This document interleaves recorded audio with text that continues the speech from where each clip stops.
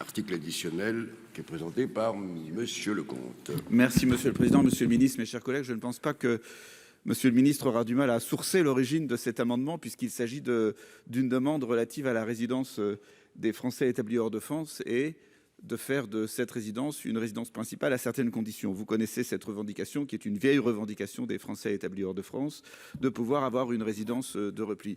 Alors plutôt que de la proposer pour tout le monde, nous proposons dans cet amendement de restreindre cette possibilité à ceux pour lesquels c'est vraiment nécessaire compte tenu de la situation de leur pays de résidence. En permettant aux Français qui habitent à l'étranger, dans des pays considérés comme des pays pas sûrs, et nous savons malheureusement qu'il y en a de plus en plus sur la planète, que pour les personnes qui vivent dans ces pays, la résidence éventuelle qu'ils ont en France puisse être considérée comme une résidence principale. D'autres propositions seront faites par d'autres groupes plus générales. Nous considérons qu'à partir du moment où il y a des questions de sécurité et de besoin de pouvoir rentrer en France dans un certain nombre de situations, il est au minimum important de pouvoir assurer cette résidence principale en France lorsque les Français vivent dans des pays qui sont difficiles sur le plan sécuritaire.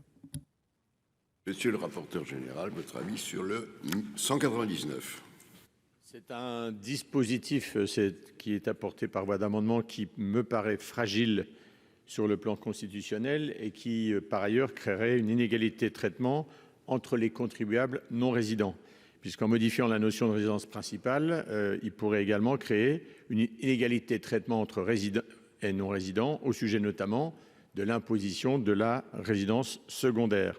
D'autre part, la résidence principale entraîne, vous le savez, la domiciliation fiscale en France, ce qui ouvre droit à des crédits d'impôt et des abattements fiscaux, notamment pour l'IFI au titre de la résidence principale. Enfin, le coût de la mesure est difficile à chiffrer, mais il apparaît comme devant être élevé, d'où l'avis défavorable. Ministre, avis identique. Monsieur Lecomte explique son vote. Oui, monsieur le rapporteur, d'autres propositions seront faites lors de cette discussion. Toutefois, en restreignant cela aux pays qui sont des pays considérés comme non sûrs, nous restreignons le périmètre de la mesure aux personnes pour lesquelles c'est vraiment nécessaire.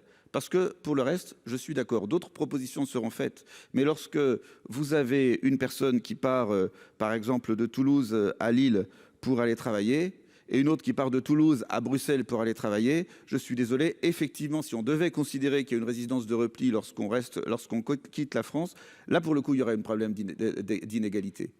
Mais dans le cas précis, nous restreignons cette inégalité qui est effectivement que nous créons à des situations d'impératif absolu compte tenu des questions de sécurité. C'est la raison pour laquelle nous considérons que parmi toutes les propositions qui sont faites, celle-là est la plus restrictive et la plus juste.